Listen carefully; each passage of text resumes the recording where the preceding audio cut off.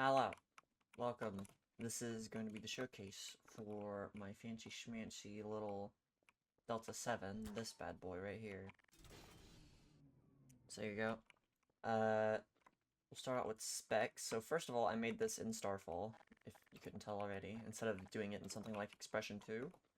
Uh, I have spent the last few months learning Starfall and kind of giving up on E2 specifically because Expression 2 is so volatile. Like, it when you made a mistake in E2, there was a decent chance that it wasn't even your fault. It's just some weird thing that E2 makes you do for no apparent reason at all. And since Starfall is, modified GLUA, there's a lot more concrete rules, and when you mess up, it's more likely than not, it's your fault that you messed something up, and so you just gotta figure out what you did wrong. Uh, so, yeah. And then in order to get all this stuff, like to get this model, it's on my GitHub. I have a pack 3, oh, that's my heater. I have a pack 3 to Starfall hologram converter, where essentially you take pack 3's like thing that lets you export stuff as Expression 2 holos. You take that E2 data, the holo data from that Expression 2 uses, stick it in a Starfall chip, and then it translates it into my personal loader.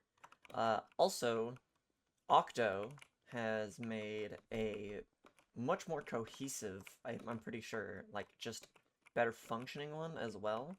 So I'll leave that one above mine in the description if you want to use it, because his is he's an actual Lua developer, so he actually knows what he's doing with stuff like that. And I just kind of made this, and even then I still need to update my holo loader because it's a bit inadequate at the moment, but that's what updates are for. So yeah, the model itself, this is a Delta-7 Aethersprite. It's a Delta-7b, if you know your Star Wars lore. So, if you've seen the prequels, when Obi-Wan goes to Kamino, and he's at that little spaceship, and the droid head is like over here on the side, that's a Delta-7a. And then later on, it gets upgraded to a B variant. Astromech gets put in the center. It's bigger. It actually has landing gear when it's the B variant. So that's why I chose it. It's just because it's a little bit larger. And I wanted something fighter size, but I didn't want something like, you know, Jedi starfighter size, which, this is a Jedi Star. You know what I mean. So yeah. The design of it is mostly just ripping off Plo Koon, to be honest. Plo Koon is one of my favorite Jedi, so I just kind of yoinked the sweeps, and then my friend Adver, shout out Adver, suggested putting the Galactic Army of the Republic logo on the other half. And it's very nice asymmetry, and this came out really well, and I'm glad that he peer pressured me into making it. We got a license plate back here, which is hiding this chair, because without it here, you can kind of see the chair sticking out the back like that there. That's a bit of the chair. Let me see if I can, yeah, see? There's a little bit of the chair that clips through. So putting that there just kind of hides it and kind of contextualizes the license plate. Oh, it's being attached there. Got the engines on the bottom, landing gear. Up here's the hyperspace ring. As you also know if you watch the prequels, these things are not capable of going to hyperspace. They can't warp anywhere on their own. And so they have these rings that they come up to, they dock to, and then once they're docked, these big beefy engines let them jump.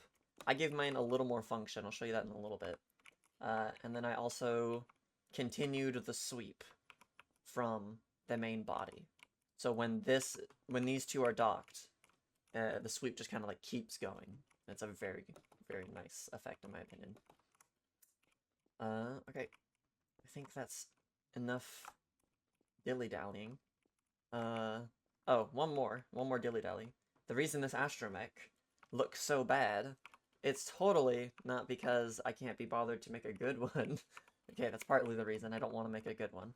But I also plan on making an astromech that I can control, a holomech. Like an astromech holomech. Lots of mech. And then once I get that, I'll probably just import its holograms into this and replace this. So for now, this just looks kind of sad, but, you know, eventually he'll get an upgrade, you know? So let's go ahead and hop in. So the first thing you'll notice on the right is that what I'm looking at is a Starfall prop. That's because this thing has an entirely custom hitbox using my hitbox generator. My hitbox generator is not very good. I will be straight up. It is not very good. Let's see here. Right there. Let me show you real quick. It's kind of clunky to work with. I do plan on updating it and then releasing it, or re-releasing it. I think it's already on my GitHub. But yeah, so most of these points were manually input unless they're like a perfect rectangle, like these. If it's like a square or rectangle, that was the easy part. And then this part was the hard part. I had to manually input the coordinates for this. Here, let me make it red. Maybe it's a bit easier to see when it's red. Ah, yes, that's a little easier. So, hitbox doesn't fully cover the entire thing. Notably down here, you can see that on the right, it says I'm looking at a chair. This is so that way people other than me can get in it. Because obviously, chair's blocked. The way I get around that is just by checking if I press E on this, it'll put me in the chair. But since I can only run myself pressing E on stuff with Starfall, I had to leave this back there open, so that way other people can fly it. Because other people can fly it. It is coded in a way that just lets anyone fly it, if you have the permissions to. And then the ring, actual ring hitbox, so you can fly in between these. The engine pods are just squares, and then I followed just the general shape of these up here. Okay. And then oops, let's color. And then to show you the flying, so we're just gonna go ahead. It's got sounds. Hop in. So, as you can see in the chat, hyperspace coordinates. There is functioning hyperspace coordinates. I'll go over that later. But first thing it does is it checks for coordinates when it loads. And if there are any loaded for this specific map, which there aren't because this map is relatively small, then it'll load them. So you press space to take off. Down here in this box at the bottom, you can see those are the controls. So since other people are going to be flying this than me, I thought it'd be useful to put controls in. So WS is throttle, A and D is strafe. Jumping and crouching changes your elevation. Walk, pressing left alt, will completely turn off the throttle, and then you can free look by holding R, which is very useful. And then crouching and jumping at the exact same time automatically lands it. Just take right back off, fly away. And then if we're near the hyperspace ring, if you see that in parentheses, if you jump and crouch when you're near a hyperspace ring, just get a little closer here. Just do this, it automatically docks. It's not like the, whoops. It, since the model has a collision box and it's getting parented, it can be a little finicky. So, the hyperspace ring has 3 ways that it helps the Delta-7 in the way I coded this. So obviously the first one is these big engines on the side, give them more thrust, gives the ship more thrust. You can hold shift, and you get these like super booster engines. And then there's obviously the hyperdrive, which will allow you to just like go places insanely fast. It uses a set position method of teleporting around because I almost crashed a server just increasing my velocity to infinity, and people got mad at me for that for whatever reason.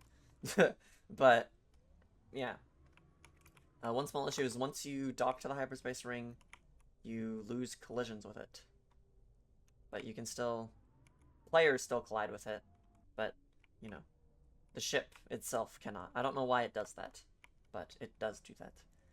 And then the last thing we got is the guns. They do actually damage stuff. The blaster sounds, I actually asked my friend Death to make, because he's much better with making weird sounds like that, like combining stuff together to make something completely different. I'll just blow up these guys. Whoops. There you go. You can blow people up and send their guns flying. Deals damage with blast damage because in Starfall, the dealing damage with like an actual Starfall command requires tool gun permissions, which are very hard to get when you're just doing PvP. And so I just use blast damage, which isn't as, you know, it's not as fun, but, you know, it's what I gotta do to be able to fight people with this. This can take damage, it can die. In fact, when it's low on health, it lights on fire. Let me show you real quick. So I'll just artificially set its health to be low, and then there you go. When it's less than a third of its health, it catches on fire, and then when it dies, it just instantly, like, breaks, falls out of the sky. So, that is everything on this. Oh, one more thing. There are changing camera angles. If you press V, you can change your camera angle. And ta-da! There's only 3 different ones. You got first person, and then just like kind of hood view. I just kind of stole the camera angles that I like from BeamNG Drive with my driving cars. That's my Delta-7, my Jedi Starfighter, if you will. It's very fun to fly around, and I've had a lot of fun with my friends. Me and my friends will get together and we have a spaceship night, and we'll all hang out and work on spaceships and just build cool stuff together, and it's very fun, and I enjoy spending time with my friends. It's very nice, making cool stuff with them. So, yeah. See you later, alligator.